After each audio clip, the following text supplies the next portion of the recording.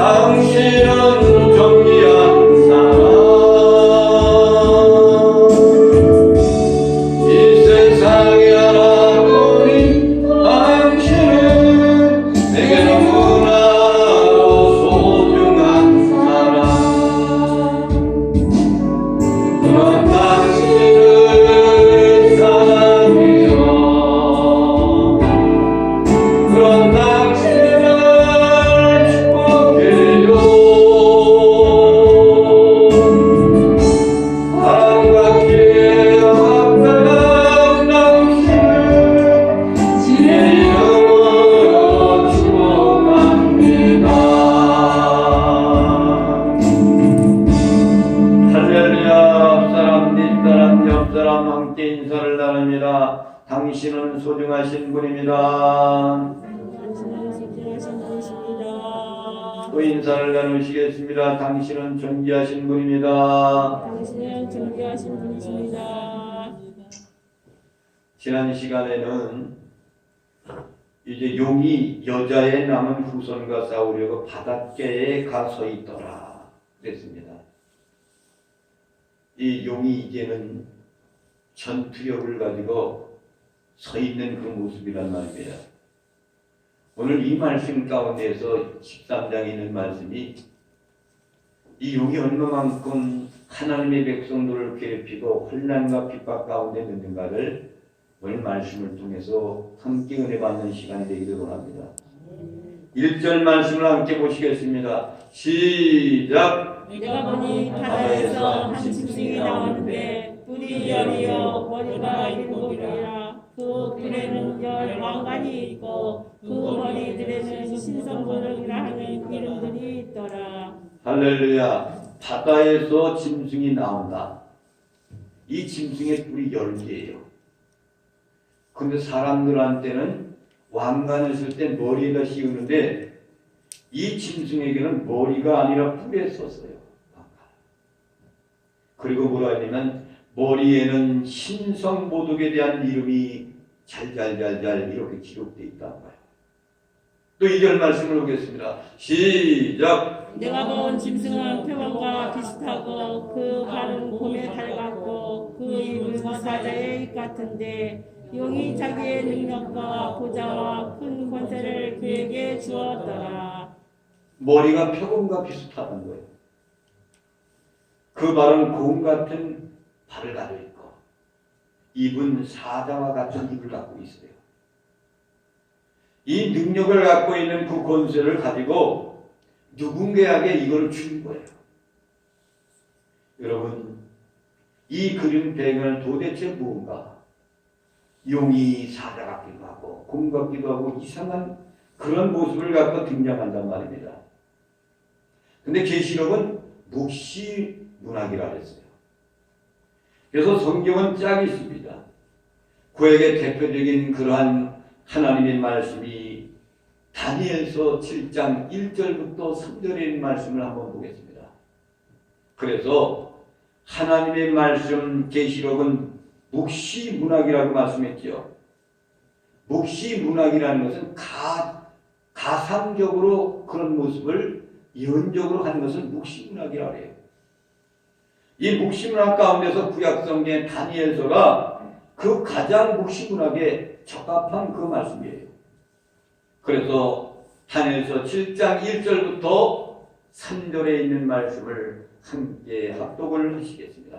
시작! 바벨론 벨사사라와 원년에 다니엘이 그의 침상에서 꿈을 꾸며 머릿속으로 환상을 받고 그 꿈을 기록하며 그 일의 대략을 진술합니다. 다니엘이 진술하여 이르되 내가 밤에 환상을 보았는데 하늘에 네 바람이 큰 바다로 몰려 불더니 큰 짐승 넷이 바다에서 나왔는데 그 모양이 각각 다르더라. 할렐루야. 아멘. 다니엘 선지자가 바벨론에 포로 생활하고 있을 때에 그 당시에 이 벳사살 왕이라는 사람이 왕의 직권을 갖고 있는 사람이에요. 바벨론이라는 나라가 그 당시에는 가장 강대국이었습니다. 그런데 이 벳사살 왕이 꿈을 꾸었어요. 꿈 가운데 환상을 이제 보았는데 도대체 알 길이 없는 거예요. 그런데 이것이 무엇이 알 길이 없는데 다니엘 선지자한테도 그 똑같은 금을 꾸게 하고 환상을 보고 있단 말이에요. 다니엘 선지자가 그 환상을 봤는데 바다에서 큰 짐승이 넷이 바다에서 나왔다 그랬어요. 계시록 13장에도 짐승이 바다에서 나왔다 그랬잖아요. 그런데 다니엘서에서 다니엘이 보니 바다에서 한 짐승이 나오는데 뿔이 10이요. 머리가 7이라. 여기에 나온 짐승은 정확하게 뿔이 10이고 머리가 7이라는 것을 이야기합니다.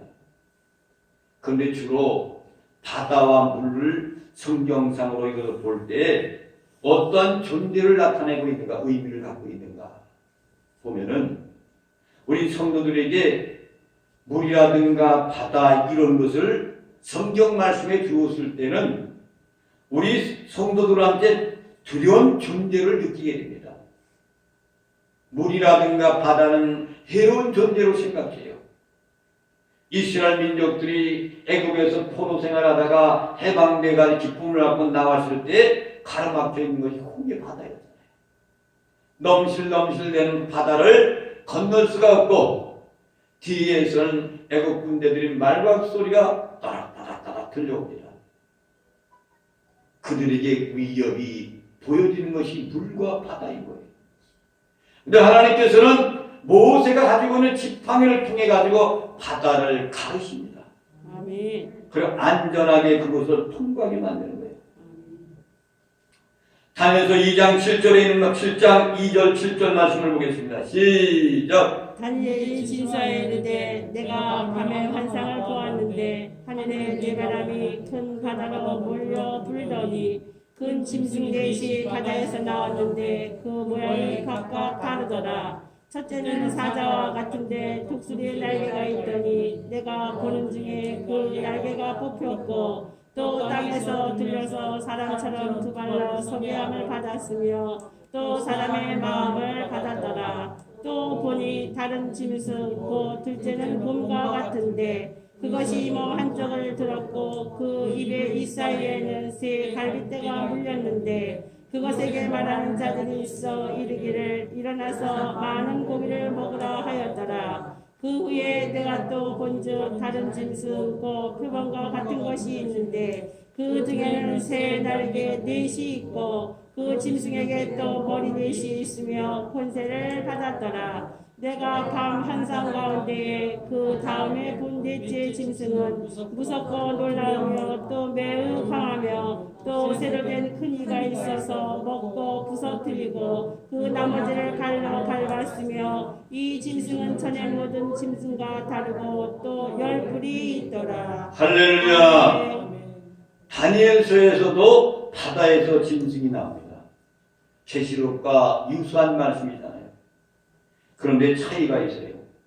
다니엘서는 짐승이 각각 구분되게 나와 있어요. 그래서 어떤 짐승입니까? 사자가 있고 곰이 있고 표범이 있고 뿔이 달린 어떤 짐승이 있다 그랬습니다. 이렇게 각각 다른데 계시록에서는 묶음으로 있어요. 발은 곰같이 생겼고 입은 사자 같고 머리는 표범 같고 이거 이상한 괴물 같습니다. 학기 섞여 있습니다. 그렇다면 이 전체가 사실 어떤 존재를 설명하고 있는가를 우리는 생각해 봐요. 6절 말씀을 다시 한번 보겠습니다. 시작. 그 후에 내가 또 본즉 다른 짐승과 표범과 같은 것이 있는데 그 등에는 새 날개 넷이 있고 그 짐승에게 또 머리 넷이 있으며 권세를 받았더라. 아멘. 다른 짐승 표범과 같은 것이 있다 그랬습니다. 그 짐승에게 또 머리가 넷이 있는데 권세를 받았더라.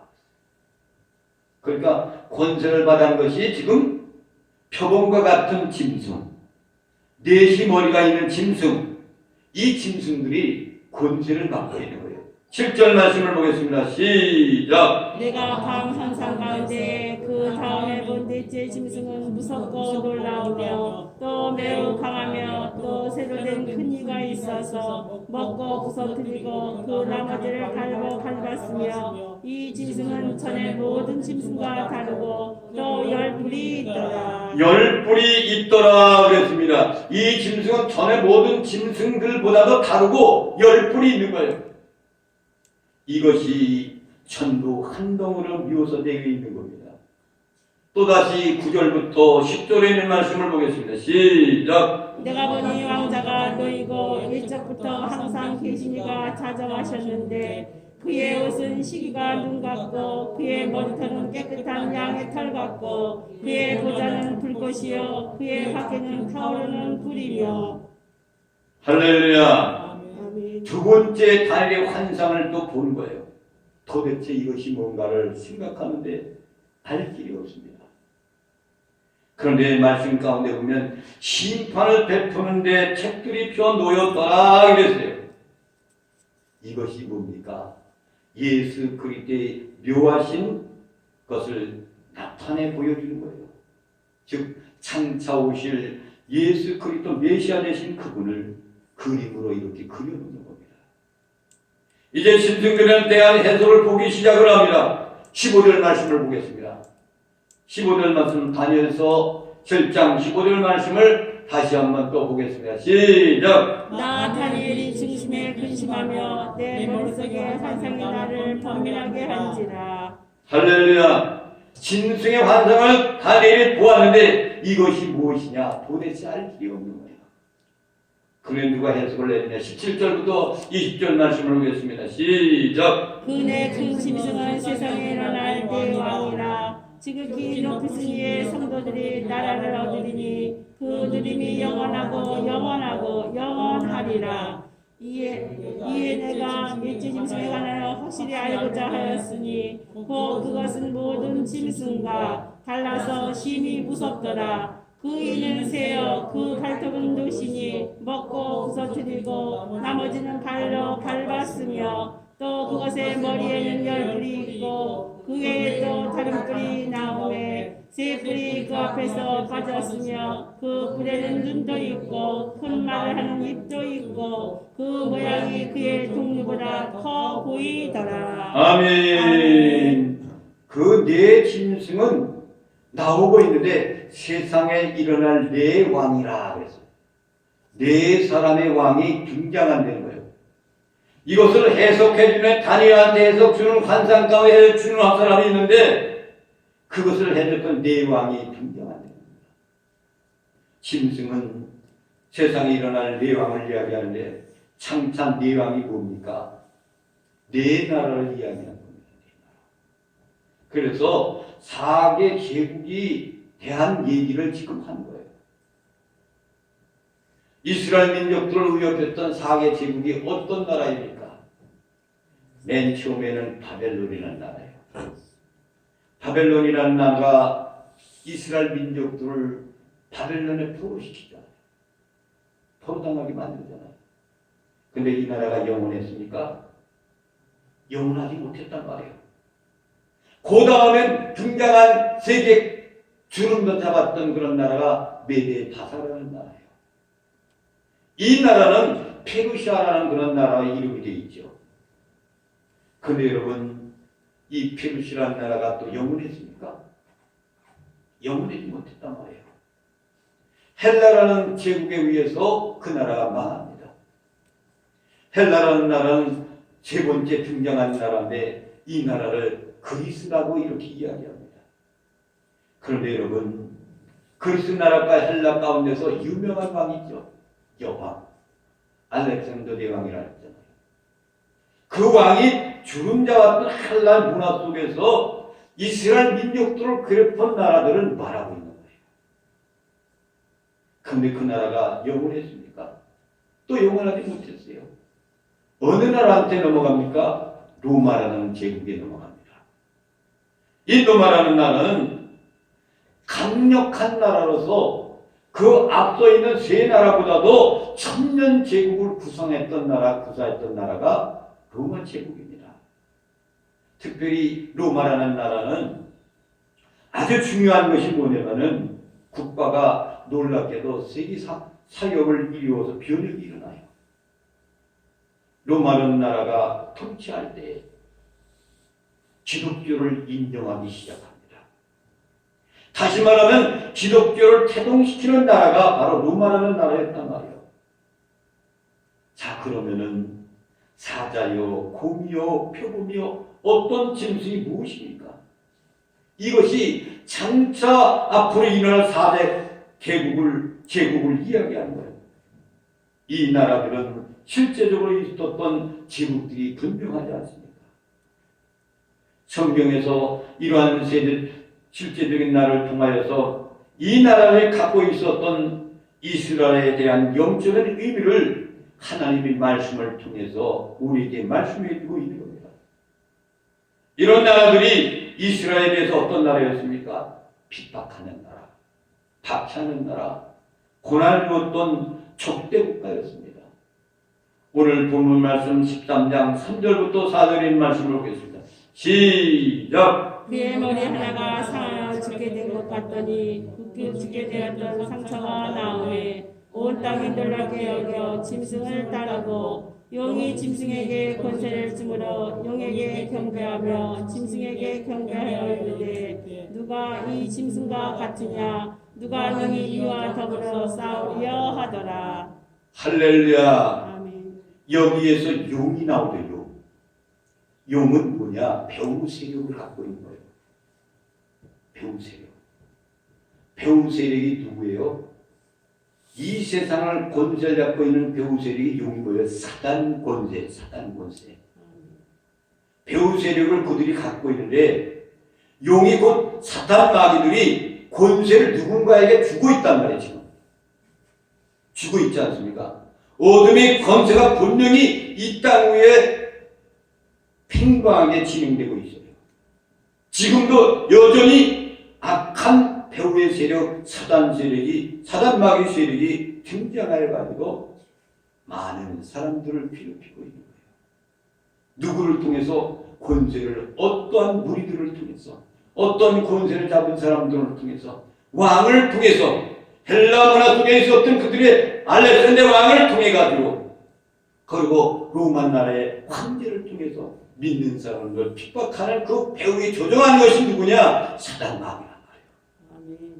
용이 사단 마귀란 말입니다. 4절 5절 말씀을 보겠습니다. 시작.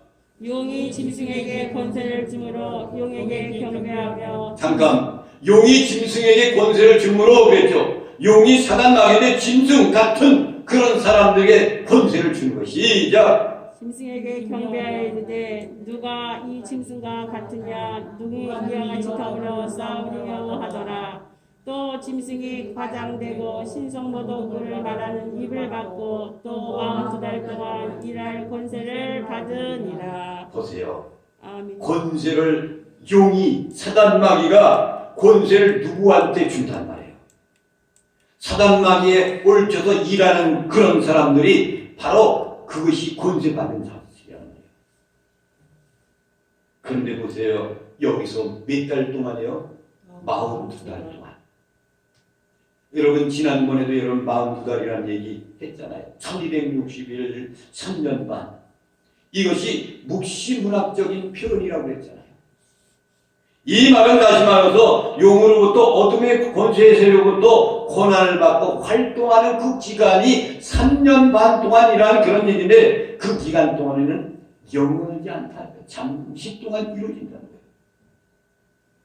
계속 바벨론이라는 나라, 메데라는 나라, 바사라는 그 나라, 그리스 제국들, 로마 제국 영원하지 못했단 말입니다.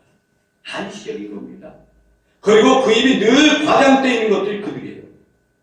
그리고 머리는 신성모독하는 이름이 있더라. 하나님을 신성모독한단 말이에요. 사단 마귀를 통해서 권세를 그들에게 주니까 조종받는 거예요. 오늘날의 기독교를 말이가 억누르는 그런 세력들이 사단 권세를 잡아서 그들이 거기에 권한을 주어서 그들이 행동하는 거란 말이에요.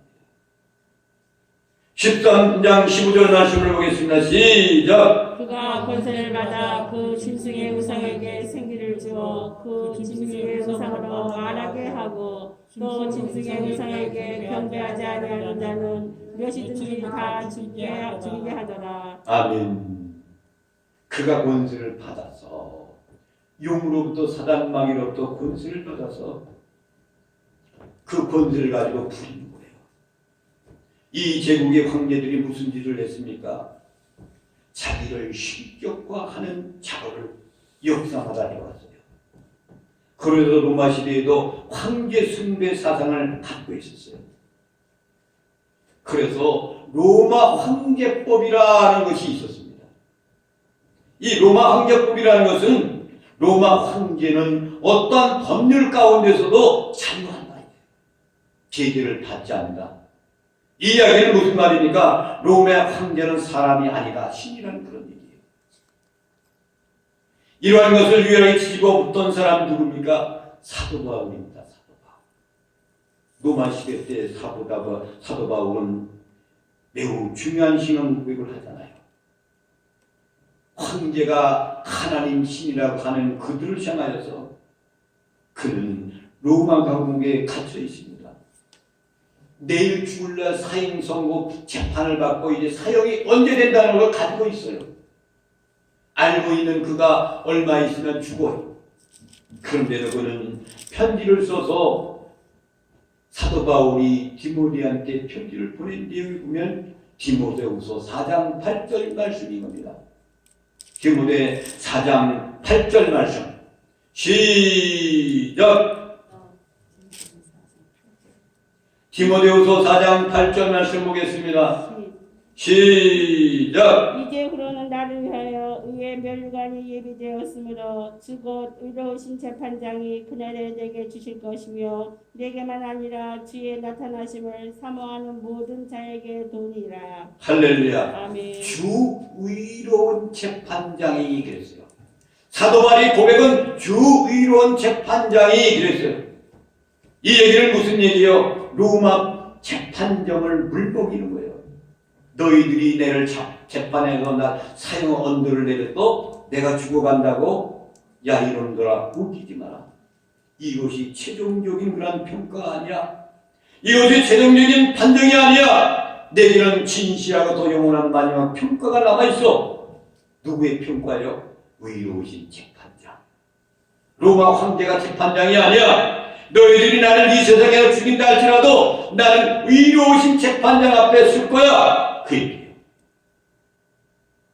사랑하시는 성도 여러분, 그리스도인들은 적어도 이 정도의 악한 시대 속에서 믿음의 역사를 넘는 고백이, 신앙 고백이 있어야 됩니다. 아멘. 너희가 나를 재판하여서 내가 사형 선고를 받고 죽어도, 그렇지만은 너희들도 의로운 재판장 앞에 쓸 날이 있어. 나는 의로운 재판장에 쓰면은 멸류관, 생명의 멸류관이 나에게 있단 말이야. 나 너희들이 재판한 거 아무것도 아니야. 그 나라에 가서 하나님께서, 전능하신 하나님께서 그리스도께서 나를 재판할 때 나는 의의 멸류관, 생명의 멸류관이 준비되어 있단 말이야. 라고 그들한테 고백하는 것이 바로 사도 요한인 겁니다. 사도 바울인 겁니다. 사랑하시는 성도 여러분, 어떤 억울한 환경 속에서도 어떤 환난과 비관이 안타온다 할지라도